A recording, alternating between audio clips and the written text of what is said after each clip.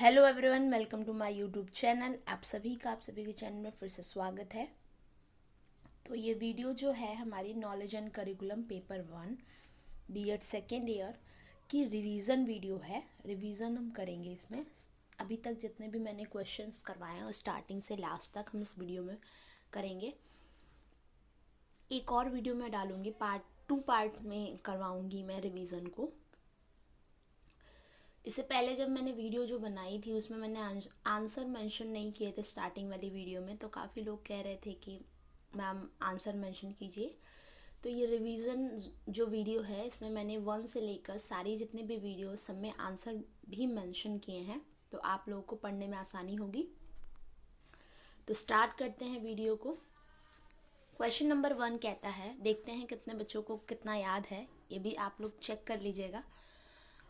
1 कहता है, ज्ञान सर्वोच्च सद्गुण है। यह परिभाषा किसके द्वारा दी गई है कि ज्ञान एक सर्वोच्च सद्गुण है? ये किसने कहा है? ए वस्तुवादी ने, बी सुकरात ने, सी प्रोफेसर रसल ने, डी विलियम जेम्स ने। तो ये परिभाषा जो है वो हमारे सुकरात जी ने दी है। ऑप्शन नंबर बी इसका राइट होगा। नेक्स्ट क्वेश्चन की बात करते हैं। क्वेश्चन नंबर 2 जो कहता है, ज्ञान शक्ति है। यह परिभाषा किसके द्वारा दी गई है? ए हॉब्स के द्वारा, बी प्रोफेसर जॉर्ज के द्वारा, सी प्रोफेसर रसल के द्वारा, या डी गिब्सन के द्वारा। तो ये परिभाषा जो है वो हॉब्स ने दी है। ऑप्शन नंबर ए, हॉब्स ने इस परिभाषा को दिया है। नेक्स्ट क्वेश्चन नंबर 3 जो कहता है कि जानने शब्द का प्रयोग प्रमुख रूप से किया जाता है। इसका प्रयोग किस लिए किया जाता है? ए परिचय, बी कार्य करने की योग्यता, या सी प्रतिगति ज्ञान, या डी ये सभी। तो इसका right answer option number D होगा। ये सारे ही जानने शब्द का प्रयोग इन सब में किया जाता है। नेक्स्ट क्वेश्चन नंबर 4 जो कहता है कि निम्नलिखित में से ज्ञान का कौन सा गुण है? ए ज्ञान मनुष्य की तीसरी आंख कहा जाता है, बी ज्ञान समाप्त हो जाता है, सी ज्ञान को कुछ तय सीमा तक ही अर्जित किया जाता है, या डी ज्ञान से चरित्र का निर्माण नहीं करता। तो ज्ञान के जो गुण हैं वो हमारा ऑप्शन नंबर ए है कि ज्ञान को मनुष्य की तीसरी आंख कहा गया है। ऑप्शन नंबर ए इसका राइट आंसर होगा। नेक्स्ट क्वेश्चन की बात करते हैं। क्वेश्चन नंबर 5 जो कहता है कि निम्नलिखित में से कौन सा ज्ञान के रूप का एक हिस्सा कहा जा सकता है? ऑप्शन नंबर ए सूचना, बी गुण, सी सत्य, या डी रहस्य। तो ज्ञान के रूप का एक हिस्सा जो है उसे हम सूचना को कह सकते हैं। ऑप्शन नंबर ए इसका राइट आंसर होगा। मैंने आंसर भी लिखा है। नेक्स्ट क्वेश्चन नंबर 6 जो कहता है कि निम्नलिखित में से कौन सा ज्ञान की एक प्रकृति कहा जा सकता है? ए ज्ञान अनिश्चित है, बी सूचना ज्ञान का स्रोत है, सी ज्ञान समाप्त हो जाता है, डी ज्ञान की एक सीमा होती है। तो ज्ञान की एक प्रकृति जो है वो ऑप्शन नंबर बी है कि सूचना ज्ञान का एक स्रोत कहा गया है। ऑप्शन नंबर बी इसका राइट आंसर होगा। नेक्स्ट क्वेश्चन की बात करते हैं। क्वेश्चन नंबर 7 जो कहता है कि वेदांत से अभिप्राय क्या है? ए बुद्धिमता, बी आत्मसात, सी आध्यात्मिक, या डी जो वेदों के अंत में आए। तो वेदांत का अभिप्राय है जो वेदों के अंत में आए उसे हम वेदांत कहते हैं। ऑप्शन नंबर डी इसका राइट आंसर होगा। नेक्स्ट क्वेश्चन की बात करते हैं। क्वेश्चन नंबर 8 जो कहता है कि उपनिषदों में ज्ञान के लिए विद्या शब्द का प्रयोग कितने प्रकार से किया गया है? ए 4 प्रकार से, बी 2 प्रकार से, सी 5 प्रकार से, या डी 6 प्रकार से। तो उपनिषदों में ज्ञान के लिए विद्या शब्द का प्रयोग जो है वो 2 प्रकार से किया गया है, पराविद्या और अपराविद्या। आपको अगर ध्यान होगा तो मैंने वीडियोस में बताया था ये चीज़। नेक्स्ट क्वेश्चन नंबर 9, तार्किक ज्ञान में मुख्य कौन माना जाता है? ए तर्क, बी अनुभव, सी पुस्तक या डी क्रियात्मक। तो तार्किक ज्ञान में सबसे इम्पॉर्टेंट जो चीज़ कही जाती है वो हमारी तर्क की बात की जाती है, तो ऑप्शन नंबर ए इसका राइट आंसर है। नेक्स्ट क्वेश्चन, क्वेश्चन नंबर 10, जो कहता है कि वैज्ञानिक ज्ञान क्या है? ऑप्शन नंबर ए जो अनुभव से प्राप्त हो, बी जो तर्क से प्राप्त हो, सी जो साधन से प्राप्त हो, या डी जो प्रयोगशालाओं में प्रयोग करने और निरीक्षणों से प्राप्त हो। तो सबको पता है इजी क्वेश्चंस है बहुत। ऑप्शन नंबर डी इसका राइट आंसर होगा, जो प्रयोगशालाओं में प्रयोगों के द्वारा और निरीक्षणों से हमें प्राप्त होता है वो ज्ञान वैज्ञानिक ज्ञान कहा जाता है। नेक्स्ट क्वेश्चन, क्वेश्चन नंबर 11, जो कहता है कि जॉन डीवी कौन से विचारवाद को मानते थे?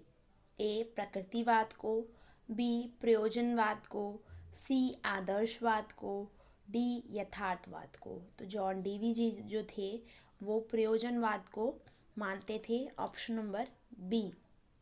नेक्स्ट क्वेश्चन, क्वेश्चन नंबर 12, आस्था का क्या अर्थ है? मतलब आस्था जो होती है हमारी एक भगवान को कहते हैं ना। ए प्रज्ञा, बी आभास, सी लगाव या डी अनुभव।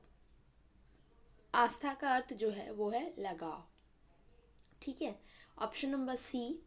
नेक्स्ट क्वेश्चन, क्वेश्चन नंबर 13, जो कहता है कि निम्नलिखित में से कौन सी विधि ज्ञान प्राप्त करने में उपयोगी है? प्राप्त करने में सबसे ज़्यादा उपयोगी है? ए करके सीखना, अनुभव से सीखना, बी अवलोकन विधि या डी ये सभी। तो ये तीनों ही विधियाँ ज्ञान प्राप्ति के लिए उपयोगी कही गई हैं, ऑप्शन नंबर डी इसका राइट आंसर होगा। करके सीखना जो हम अपने हाथों से करके सीखते हैं, अनुभव जो हम प्राप्त करते हैं, और अवलोकन जो हम ऑब्जर्व करके करते हैं, किसी ज्ञान को प्राप्त करते हैं, ठीक है। नेक्स्ट क्वेश्चन, क्वेश्चन नंबर 14, जो कहता है कि तर्क बुद्धि में कौन सी विधि का प्रयोग किया जाता है? ए आगमन विधि का, बी निगमन विधि का, सी ए और बी या डी अवलोकन विधि का। तर्क बुद्धि में हम निगमन और आगमन विधि दोनों का प्रयोग करते हैं, ऑप्शन नंबर सी होगा। सबको पता है आगमन विधि जिसमें हम एग्जाम्पल देते हैं बच्चों को, फिर उसके बाद कुछ समझाते हैं, और निगमन विधि में पहले हम उसकी डेफिनेशन बता देते हैं, फिर उसके बाद हम उसको उस चीज़ के बारे में बताते हैं, इसे बोला जाता है। नेक्स्ट क्वेश्चन, क्वेश्चन नंबर 15, जो कहता है कि निगमन विधि में क्या होता है? ए सामान्य से विशेष, बी स्थूल से सूक्ष्म, सी विशेष से सामान्य या डी तर्क से वितर्क। निगमन विधि में जो होता है हम पहले सामान्य से विशेष की ओर ले जाते हैं, option number A. Next question, question number 16, जो कहता है कि दर्शन की कौन सी शाखा है? ए तत्वमीमांसा, बी प्रकाशित होना, सी सूचना या डी अंतकरण। दर्शन की शाखा जो है वो तत्वमीमांसा है, ऑप्शन नंबर ए। आपने पढ़ा होगा ध्यान से बुक को तो याद होगा, ठीक है। नेक्स्ट क्वेश्चन, क्वेश्चन नंबर 17, जो कहता है ये पार्ट 2 है हमारा। 17 नंबर क्वेश्चन कहता है कि आत्मसात्करण का क्या अर्थ है? ए एक विचार में किसी नए विचार या वस्तु का समावेश हो जाना, बी नए विचार, सी घटना पर विचार करना या डी सूचना का प्रकार।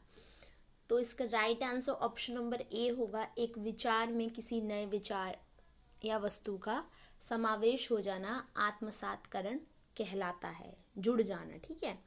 नेक्स्ट क्वेश्चन, क्वेश्चन नंबर 18, जो कहता है कि जीन पियाजे ने विकास कितनी अवस्थाएं बताई हैं? ए 5, बी 6, सी 4 या डी 3। ये सबको आना चाहिए, जिसको नहीं आता तो बस फिर तो आपको पढ़ाई बहुत ज़्यादा करनी पड़ेगी। ऑप्शन नंबर 4 सी 4 होती हैं, 4 बताई हैं, ठीक है। नेक्स्ट क्वेश्चन, क्वेश्चन नंबर 90, संज्ञान का क्या अर्थ है?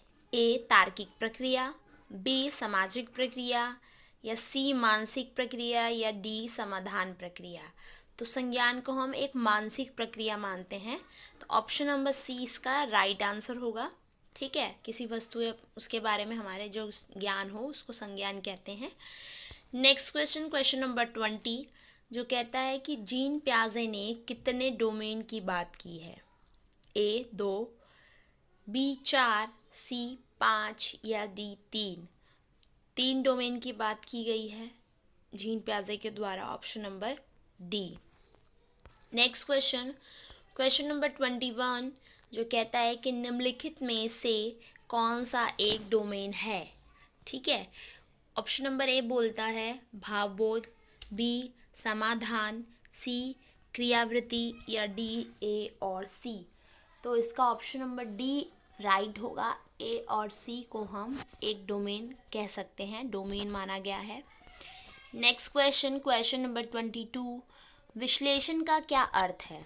ए कल्पना करना, बी परिणाम निकालना, सी एकत्र वस्तुओं को अलग अलग करना या डी तर्क करना? तो विश्लेषण का अर्थ जो है एकत्रित वस्तुओं को अलग अलग करना, ऑप्शन नंबर सी इसका राइट आंसर होगा। नेक्स्ट क्वेश्चन, क्वेश्चन नंबर 23, स्थानीय ज्ञान का क्या अर्थ है? ए समुदाय, बी गणित ज्ञान, सी पाठ्यपुस्तक ज्ञान या डी विशिष्ट क्षेत्र समाज या संस्कृति से संबंधित ज्ञान? स्थानीय ज्ञान वो होता है जो हम किसी विशिष्ट क्षेत्र या समाज या संस्कृति से संबंधित ज्ञान जो प्राप्त करते हैं उसे हम स्थानीय ज्ञान कहते हैं, option number D. Next question, question number 24, सार्वभौमिक ज्ञान क्या है? ए पाठ्यपुस्तक का ज्ञान, बी जो सत्य नियम सिद्धांत पर आधारित हो, सी जो तार्किक ज्ञान हो या डी स्थानीय ज्ञान हो? तो सार्वभौमिक ज्ञान वो ज्ञान होता है जो सत्य नियम और सिद्धांत पर आधारित होता है, option number B. Next question, question number 25, जो कहता है कि सार्वभौमिक ज्ञान का निम्नलिखित में से कौन सा गुण है? ए सदा निश्चित होता है, बी नियम आधारित या सी परिवर्तन होता रहता है या डी ए और बी? इसका right answer option number D होगा।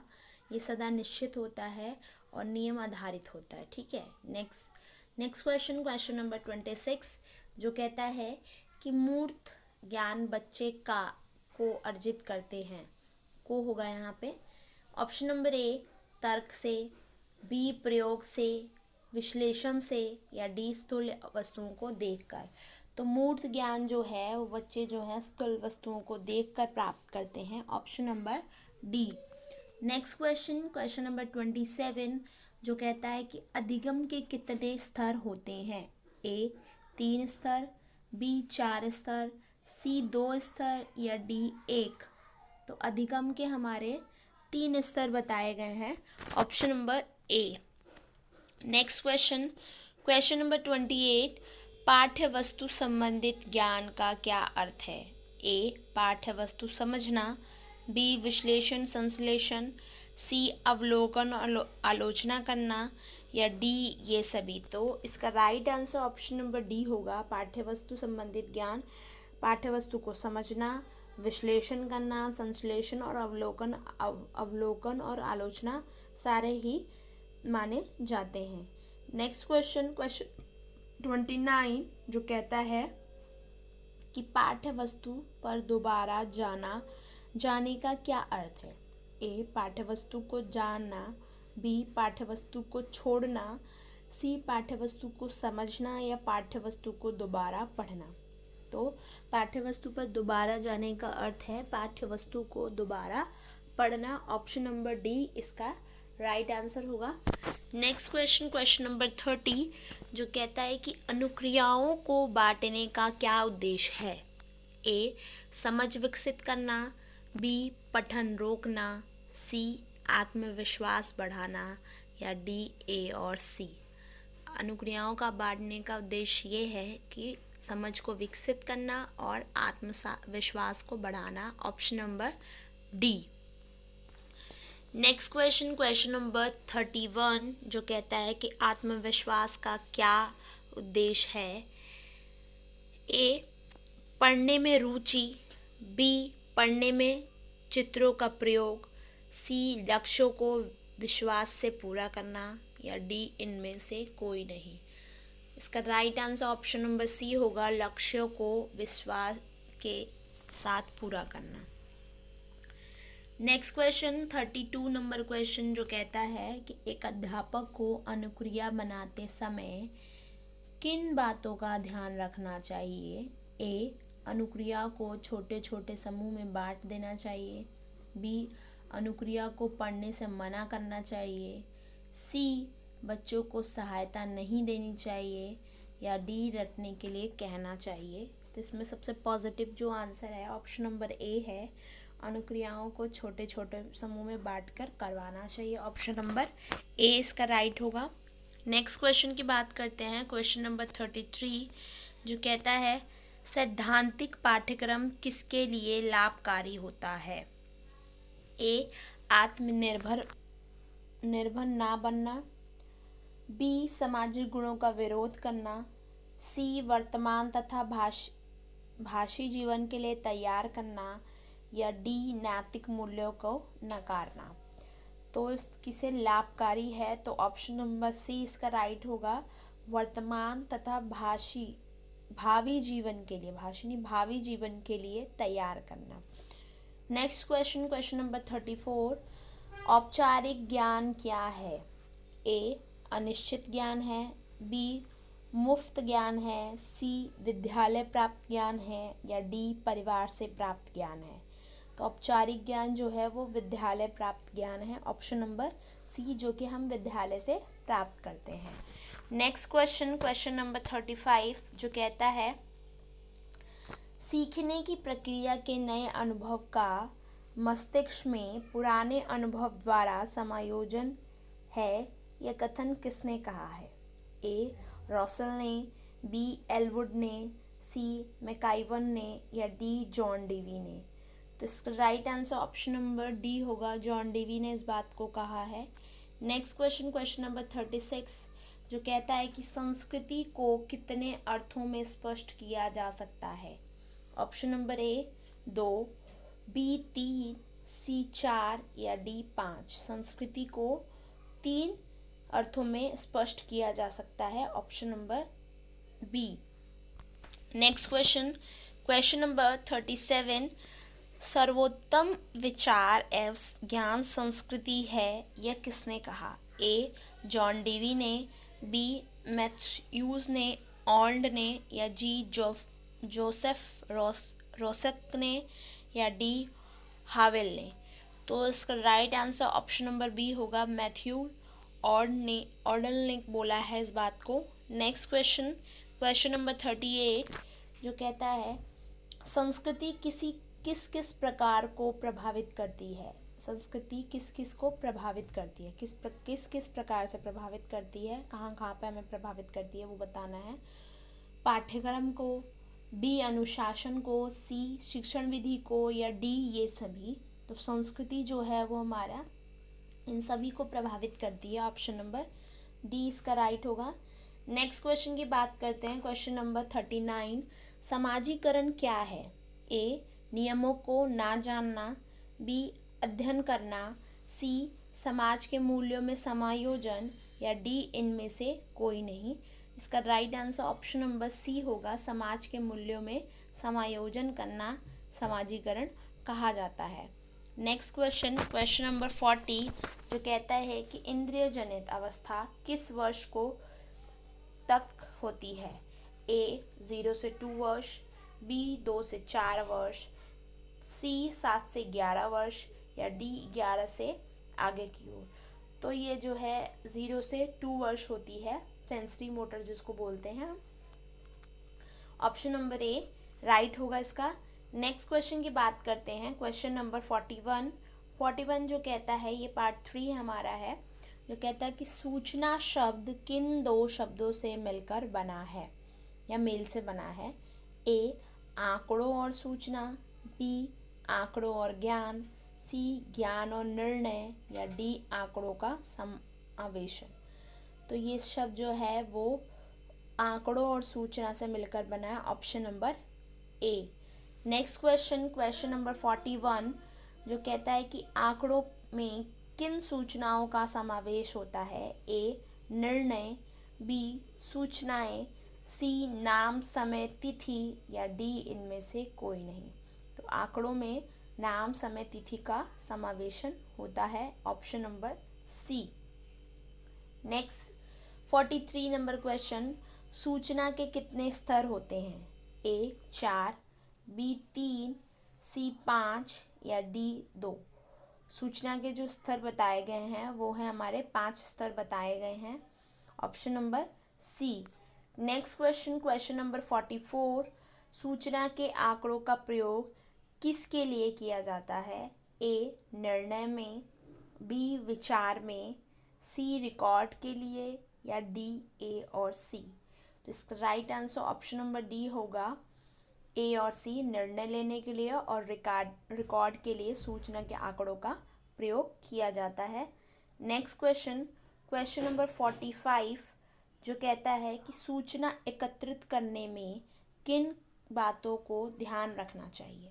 ए उपयुक्तता होनी चाहिए सूचना में, बी उपलब्धता होनी चाहिए, सी समयबद्धता, या डी ये सभी। तो एक सूचना को एकत्रित करने के लिए हमें उस सूचना में ये सारी तीनों चीज़ों का समावेश करना बहुत ज़्यादा ज़रूरी है, नहीं तो वो उसकी इम्पोर्टेंस नहीं रहती, ऑप्शन नंबर डी।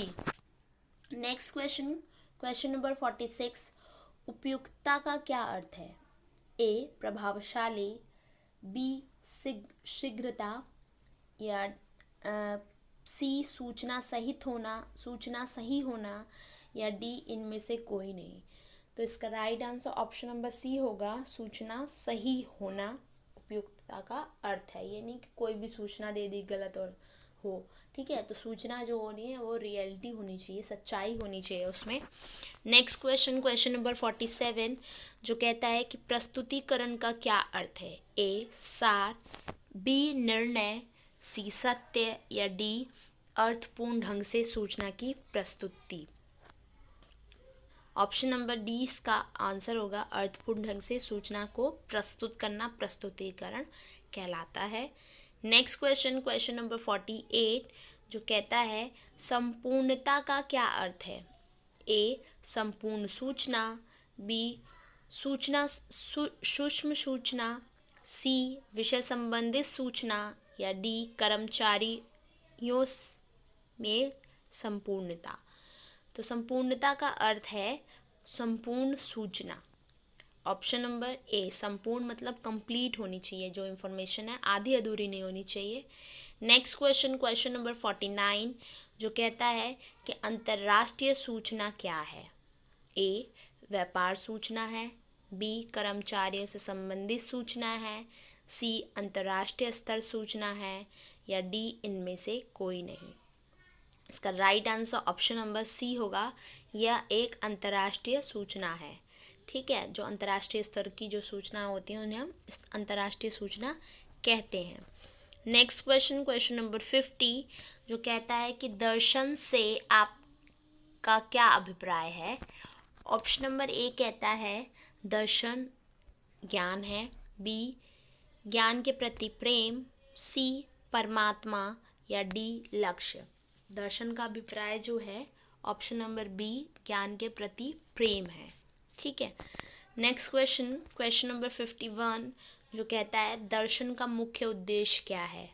ए अनुभव ज्ञान, बी वास्तविकता का ज्ञान, सी अर्थ ज्ञान, या डी जानकारी। तो इसका right answer option number B होगा, वास्तविकता का ज्ञान दर्शन का एक मुख्य उद्देश्य माना गया है।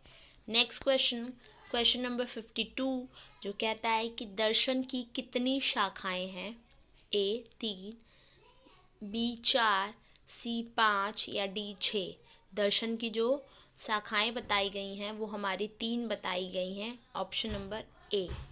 नेक्स्ट क्वेश्चन, क्वेश्चन नंबर 53, जो कहता है ज्ञान का प्रत्यय क्या है?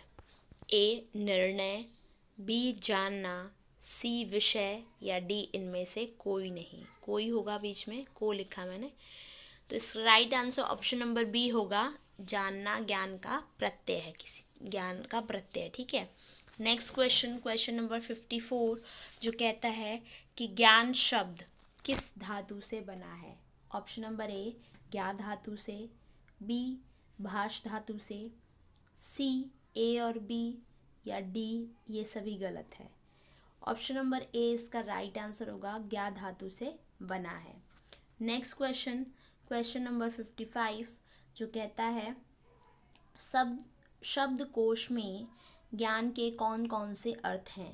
ए सूचना, बी अधिगम, सी निश्चित विश्वास, या डी ज्ञात और ये सभी। तो इसका right answer option number D होगा। ज्ञान के कौन कौन से अर्थ हैं, सूचना, अधिगम, निश्चित विश्वास और ज्ञात, ये सारे ही अर्थ माने गए हैं शब्दकोश में ज्ञान के। नेक्स्ट क्वेश्चन, क्वेश्चन नंबर 56, जो कहता है कि ज्ञान की प्रकृति किस प्रकार की है। ए अंधेरे में ले जाना, बी केवल बौद्धिक है, सी निर्णय में समस्या पैदा करना, या डी प्रकाश की ओर ले जाना।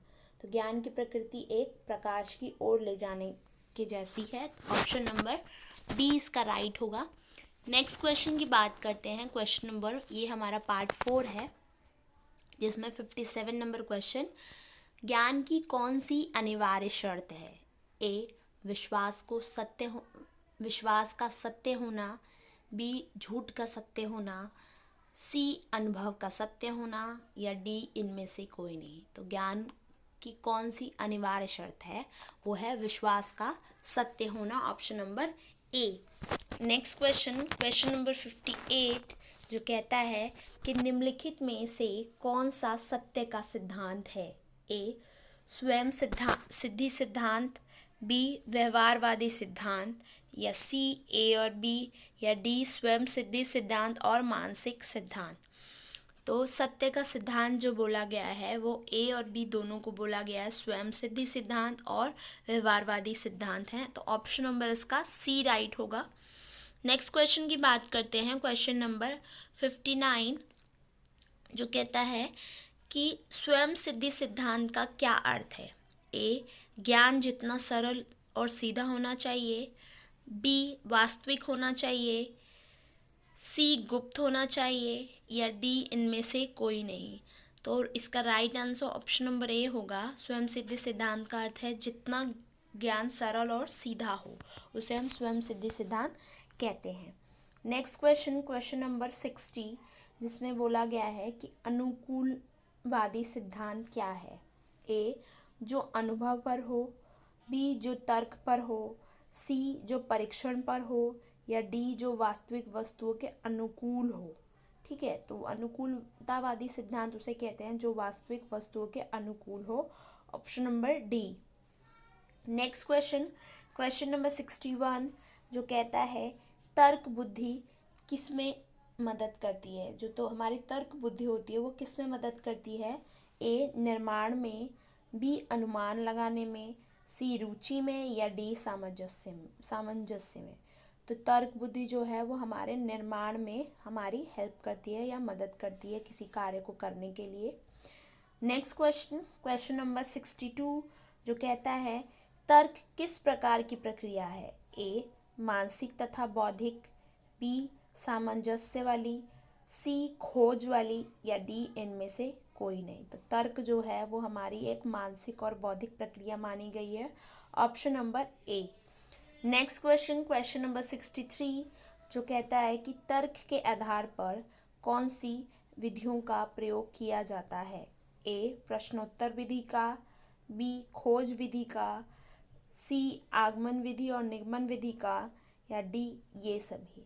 तो इसका right answer option number C होगा। तर्क के आधार पर हम आगमन और निगमन विधि का प्रयोग करते हैं। नेक्स्ट क्वेश्चन, क्वेश्चन नंबर 64, जो कहता है कि आगमन विधि में हम किस ओर चलते हैं।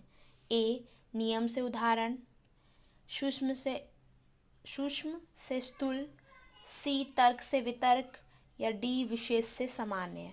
तो इसमें हम ऑप्शन नंबर डी विशेष से सामान्य की ओर चलते हैं, जिसमें हम उदाहरण से नियम की ओर चलते हैं। नेक्स्ट क्वेश्चन, क्वेश्चन नंबर 65, आगमन विधि का दूसरा क्या नाम है। ए नियम विधि, बी तर्क विधि, सी इग्रूल विधि, या डी इनमें से कोई नहीं। इसका right answer option number C होगा, इग्रूल विधि कहते हैं, जो कि आगमन विधि का एक दूसरा नाम माना गया है। नेक्स्ट क्वेश्चन 66 नंबर क्वेश्चन, निगमन विधि क्या है? ए तर्क से वितर्क, बी नियम से उदाहरण, सी सार्थक विधि है, या डी ये सभी। तो निगमन विधि जो है वो हमारी नियम से उदाहरण की ओर है। ऑप्शन नंबर बी इसका राइट आंसर होगा। नेक्स्ट क्वेश्चन, निगमन विधि का दूसरा नाम क्या है? ए प्रदर्शन विधि, बी बी अवलोकन विधि, बी नियम विधि, सी अवलोकन विधि, या डी रूलेग विधि। तो इसका रूलेग विधि बोला गया है, इसका ऑप्शन नंबर डी होगा, जो कि निगमन विधि का दूसरा नाम है। ऐसी आगमन विधि का भी मैंने बताया। नेक्स्ट क्वेश्चन, क्वेश्चन नंबर 68, आगमन विधि में बच्चों को सबसे पहले क्या बताया जाता है? ए उदाहरण, बी तर्क, सी नियम, या डी प्रश्न।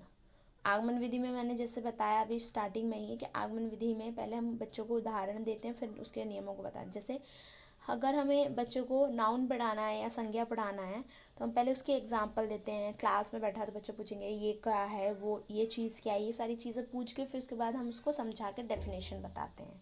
ठीक है। नेक्स्ट क्वेश्चन, क्वेश्चन नंबर 69, जो कहता है विश्लेषण शब्द का क्या अर्थ है?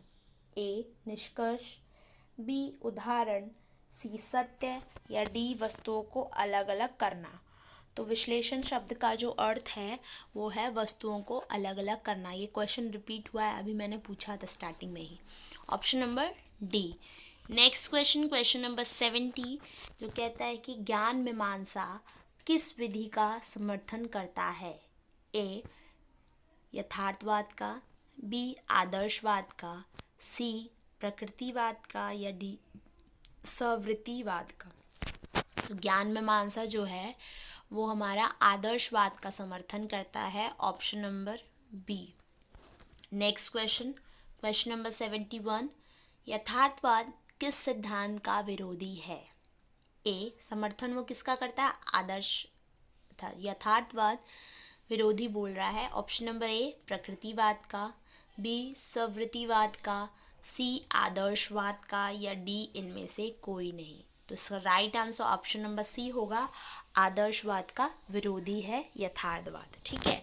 और ज्ञान मीमांसा किसका समर्थन करता है? आदर्शवाद का समर्थन करता है। नेक्स्ट क्वेश्चन, क्वेश्चन नंबर 72, आत्मसातकरण का क्या अर्थ है? ए पुराने विचार में नए विचार का मिल जाना, बी नए विचार बनाना, सी अनुभव का समावेश, या डी ये सभी।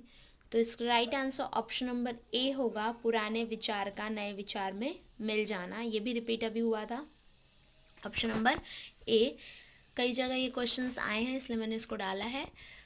तो ये थे हमारे पार्ट 4 के तक क्वेश्चन। नई वीडियो में मेरे को लग रहा है 2 वीडियो में कंप्लीट नहीं हो पाएगी रिवीजन, तो 2 से 3 वीडियो हो सकती है। तो आज मैं इसी पे ख़त्म करती हूँ। नई वीडियो में फिर नीचे का जो पार्ट बचा है वो मैं करवा दूँगी। ठीक है। और मैंने आंसर मेंशन कर दिए हैं और आप सभी अच्छे से पढ़ाई करिएगा, टेंशन मत लीजिए। ठीक है। नई वीडियो में जल्दी मिलेंगे इसी क्वेश्चन के नीचे के क्वेश्चन को रिवीजन के लिए।